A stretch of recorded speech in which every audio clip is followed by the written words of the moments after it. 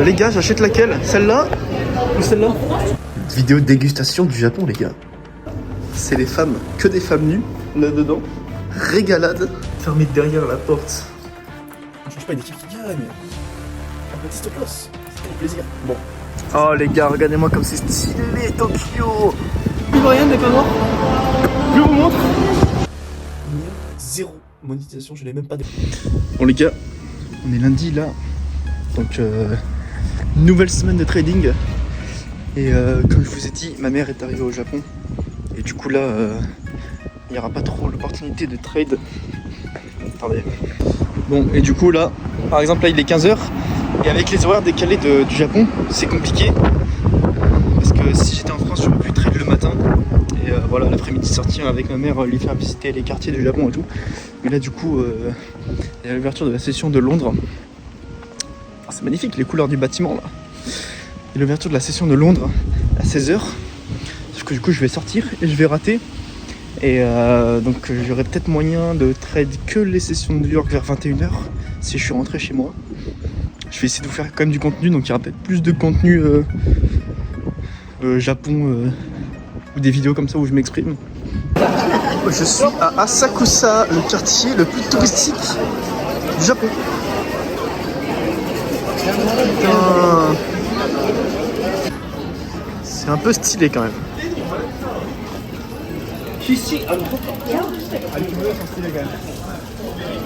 Kaitri, magnifique. Les gars, j'achète laquelle? Celle-là ou celle-là? Dites-moi laquelle vous préférez.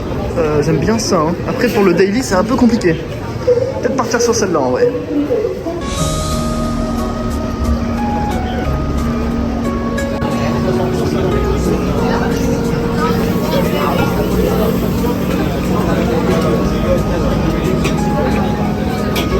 Surtout les gars, oubliez pas d'éteindre la lumière de votre chambre parce que ça pourrait vraiment poser un problème écologique.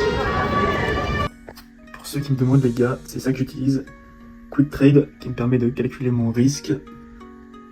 Voilà, c'est assez simple. En fait, il suffit d'appuyer sur contrôle, clic et je choisis où je veux mon stop loss. Par exemple ici, puis ça va calculer pour 1%. Là, je peux modifier et ça risquera tout le temps 1%. Peu importe où je place le stop loss. Et ça adaptera le nombre de lots. Comme vous voyez, là c'est 2 lots. Là c'est 1 lot. Voilà, ensuite il suffit de cliquer sur vendre ou acheter. Et le trade est parti directement. Et ça fait gagner beaucoup de temps. Voilà. Oh les gars, je m'étais enfermé derrière la porte. Et là, il y a une stratégie de fou. On a acheté un monster comme ça. Découpé. Et en faisant passer le morceau comme ça dans la porte. On a réussi. Bon, je vais pas le refaire. On a réussi à ouvrir. Rooftop japonais, les gars. Ah, ça faut follow, ça. Faut s'abonner. Faut s'abonner pour plus de vues comme ça. Oh, les gars, regardez-moi comme c'est stylé, Tokyo. Avec le pont là. Oh là là là là. Avec cet énorme arbre de Noël. Un petit peu en avance, quand même, l'arbre de Noël. Ah, c'est incroyable. La vue est folle. Rien n'est pas mort. Je vous montre. Comment.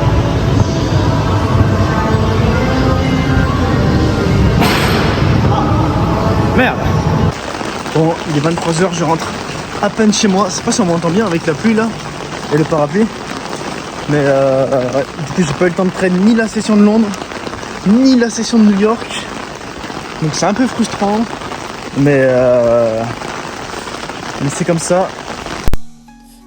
Bon, les gars, j'ai repris un abonnement FX Replay. Ça coûte 35 € par mois. 35 $ par mois, c'est pour backtest du coup. Parce que là, je trouve que c'est pas assez clair dans ma tête. Et j'ai besoin de backtest justement les 3-4 derniers mois. Comparer à mes performances réelles. Et voir ce que j'aurais pu faire de mieux. Et je vais aussi tout marquer dans un Excel. Les screens, des trades positifs ou négatifs. Et comme ça, je pourrais revenir voir le résultat. Et voir mes trades. Et voir ce que je peux améliorer, etc. Je pense que je vais prendre 2 mois, ça suffira. Parce qu'à chaque fois, je prenais les 5 jours gratuits. Parce qu'on peut avoir 5 jours gratuits sur FX Replay. Sauf que ça me faisait rush, ça me faisait faire tout rapidement et tout. Là, du coup, je me suis dit, vas-y, je vais prendre l'abonnement. Et donc, je vous ferai une update. Je vais peut-être pas vous montrer quand je backtest, ça va être ennuyant, ou alors je ferai un truc en accéléré. Mais du coup, je vous montrerai les résultats. quand je vais finir backtest, je vais backtest GBP, USD, Euro USD et peut-être le Gold aussi.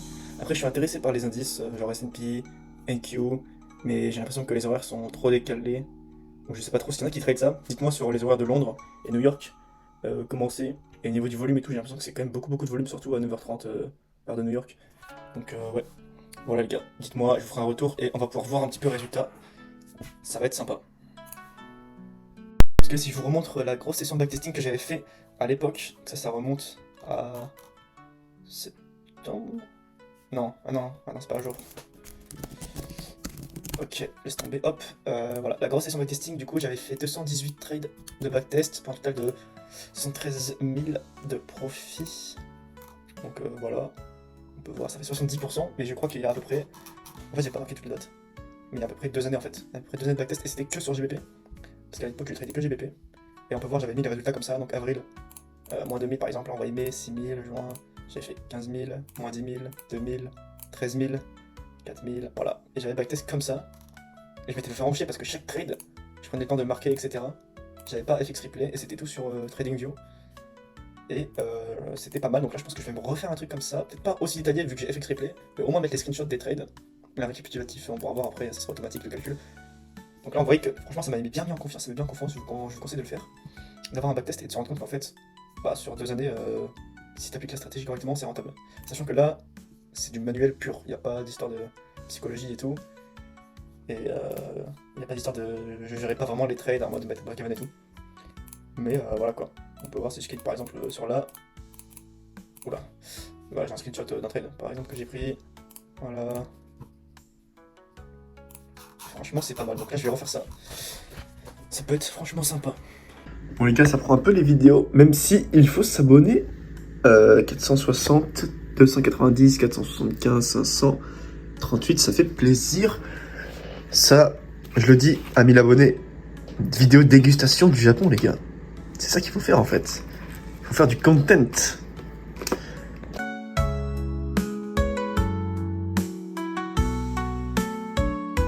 Oh, comme c'est stylé. Ça, le mec a son petit business perdu. Et nous, on va aller à l'hôtel là-haut. Ça a l'air bien stylé. Oh là là, les gars. Tu sais que là, tu regardes sur la table, j'ai les couilles. Là, sur la table, tu vois mes couilles. Bon, les gars, content hunt, les gars. Petit tour de hunt. Déjà, t'arrives, petite machine à glace. Là, c'est les femmes, que des femmes nues, là-dedans. Régalade. Vue incroyable. Là, c'est des sièges de massage. Et là, c'est pour les hommes. Tu rentres. En gros, le plan, c'est que tu te mets totalement à poil. Tu prends ta petite douche et t'as des bains chauds vus sur montagne. Ça, c'est fou, ça.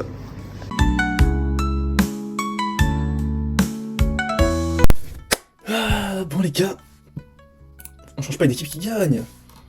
Un petit stop loss. C'est que du plaisir. Bon, pour le coup, stop loss très modéré. J'ai perdu seulement 23 $, donc même pas 0,5%. Je suis rentré là.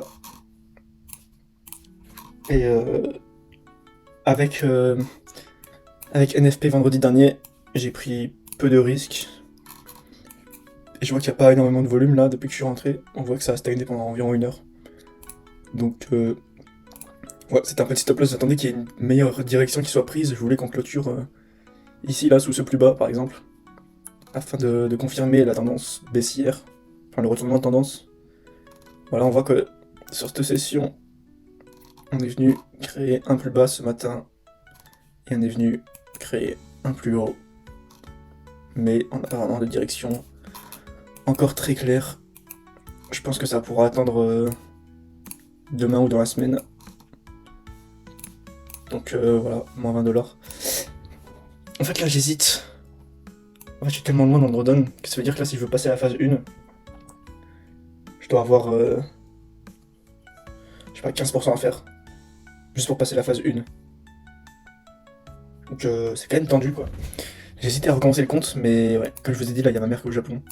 Donc je vais pas être 100% concentré sur le trading. Et il faut que je backteste en fait avant d'acheter un compte. Que je backteste les 3 derniers mois et que je vois en comparaison de mes vrais résultats. Est-ce que déjà j'arrive à bien être rentable sur le backtest. Et je vous ferai une vidéo sûrement là-dessus. Je le mettrai dans une vidéo, dans une prochaine vidéo. Dès que j'ai le temps de faire ça, je vais backtest sur 2-3 mois. Et voilà les gars. Bon, j'ai record dans le vide, du coup je vais re-record, j'avais mal enregistré le son. Je voulais juste vous montrer les statistiques de la chaîne et aussi un trade d'hier que je n'ai pas pris parce que j'étais... pas juste la review de la journée d'hier, parce que j'étais pas là, du coup je vais quand même essayer de mettre un peu de contenu trading. Désolé, j'ai la voix cassée un peu là. Donc là on voit la chaîne, ça commence à prendre pas mal, 460, 290, 475, 538. Et le prochain objectif c'est 1000 vues par vidéo. Faudrait monter 500 abonnés, ça serait pas mal. Et je pense que ça va se faire assez rapidement, parce que du coup, si chaque vidéo, en général, je gagne entre 10 et 30 abonnés sur 400, 500 vues, et du coup, ça fait potentiellement 10 à 30 abonnés récurrents sur chaque vidéo, et ça fait que si on rajoute ça sur chaque vidéo, chaque semaine, et ben ça fait exponentiel, et du coup, on peut vite arriver à 1000 abonnés. Donc ça, c'est le premier objectif. Je pense qu'il devrait être atteint pas trop difficilement, j'aimerais bien 1000 abonnés, 1000 vues par vidéo. Ça serait stylé, franchement. Et la suite, ça serait 2, 3000, 4000 vues. Voilà, on va commencer par 2-3 000, c'est déjà pas mal. Franchement, des chaînes trading qui font 2-3 000 vues en récurrent sur des contenus de ce type là, j'en vois pas beaucoup. Donc là, voilà, quelques statistiques, on peut voir plus 87 abonnés les derniers jours, derniers 28 jours. Durée moyenne de vue, je vois que, ouais, en général, c'est autour de 25% de la vidéo qui est visionnée. C'est un peu dommage, donc peut-être qu'il faut que j'améliore, que je rende ça plus dynamique, parce qu'on voit qu'il y a quand même un gros drop dans 30 secondes, il faut que j'essaie d'avoir un hook, enfin un début de vidéo, 30 premières secondes, plus intéressante. Mais je sais pas qu'est-ce que je peux vous montrer, je comprends rien à ce tableau de bord là. On peut voir les abonnés, voilà, sur les 90 derniers jours. Voilà, donc je pense que...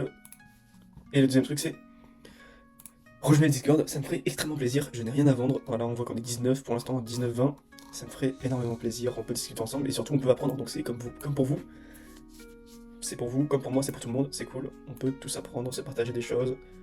Et on peut, j'ai mis un channel pour les trades en live, donc je pense que je ferai des sessions de trading en live avec vous. Ça cool. Et peut-être même des lives Japon. Donc à voir. Allez, n'oubliez pas de vous abonner, ça ferait plaisir parce que 80% d'entre vous ne sont pas abonnés les gars. Il n'y a 0 monétisation, je l'ai même pas débloqué. Faudrait 500 abonnés apparemment. Voilà, je sais même pas comment on fait. Bon, on se retrouve du coup sur la journée d'hier, où je n'étais clairement pas chez moi de la journée. Et on voit qu'on a eu, alors, à l'Open de Londres, c'est ici. L'Open de Londres, on a eu une impulsion. On est venu retracer dans le NFP de vendredi, on est venu prendre tous ces plus hauts là. Et on a eu un changement dans la structure du prix. Directement, on voit que là, on a un plus haut par rapport à celui-là. Donc là, un plus haut. Et sauf que là, au lieu de faire un niveau plus haut que celui-là, on a fait un plus bas. Donc déjà, une preuve de... qu'on n'a pas trop de volume dans le prix, pas trop de puissance. On n'a pas trop l'intention de faire un nouveau plus haut peut-être. Donc là, on garde le prix sous les yeux. Et on voit qu'on a cassé déjà ce plus bas intermédiaire. Moi, j'attendais celui-là pour vraiment confirmer. Et on voit qu'on l'a aussi cassé. Donc là, on a un changement dans la structure du prix.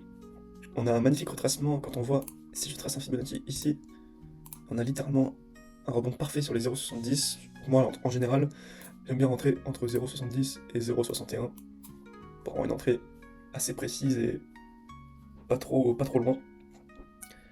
Donc, on voit ensuite, on va aller sur la session de New York. Comment je retrouve mon pinceau là? Voilà le pinceau. Session de New York, on a l'Open qui est là. On voit directement, il n'hésite pas. Il n'y a pas eu d'hésitation d'Europe. C'est pas reparti à la hausse parce que souvent, des fois, enfin souvent sur la session de New York, on a un retournement, ça repart à la hausse, ça repart à l'inverse de la session de Londres. Et là, on voit qu'on part directement à la baisse, qu'on recasse encore un plus bas, juste ici. Et là, on avait encore une entrée qui était magnifique dans cette zone d'imbalance avec cet ordre en bloc. Donc il y avait ce trade potentiel que je n'ai pas pris justement parce que j'étais pas là. Après, la question c'est de savoir est-ce que je l'aurais pris en live. C'est toujours plus facile d'analyser le graphique une fois que c'est passé, mais c'est aussi intéressant. Putain, je sais toujours pas dire un Mac. C'est toujours intéressant d'aller revoir comme ça la veille. Parce que là ça prend de l'XP. Là, je prends directement de l'XP dans mon cerveau qui rentre comme ça, tac tac tac. Juste à regarder la veille, à analyser le prix. Voilà. Si vous pouvez pas backtest parce que ça coûte cher, les abonnements, etc., je vous conseille de faire ça sur 2-3 paires. Et voilà les gars, on se retrouve pour la suite. Voilà, donc je suis rentré il n'y a pas longtemps, j'ai pas eu le temps de faire la session de Londres et la session de New York. Je voulais tenter un long, j'avais quoi? Euro et GBP dans le viseur, on voit là Euro et GBP. Voilà, le problème c'est qu'il y avait des petites news américaines, je savais pas. J'attendais de voir s'il n'y a pas une réaction, s'il n'y a pas un petit retracement ici pour que je puisse rentrer. Mais c'est parti directement C'était Product Price Index Food, donc des news sur l'inflation, sur le prix de la nourriture. Et du coup, je pense qu'on va attendre lundi pour la suite. Donc voilà, c'était une semaine très courte pour moi avec peu de trade. C'est plus un vlog Japon là carrément. Mais on se rattrape la semaine prochaine normalement.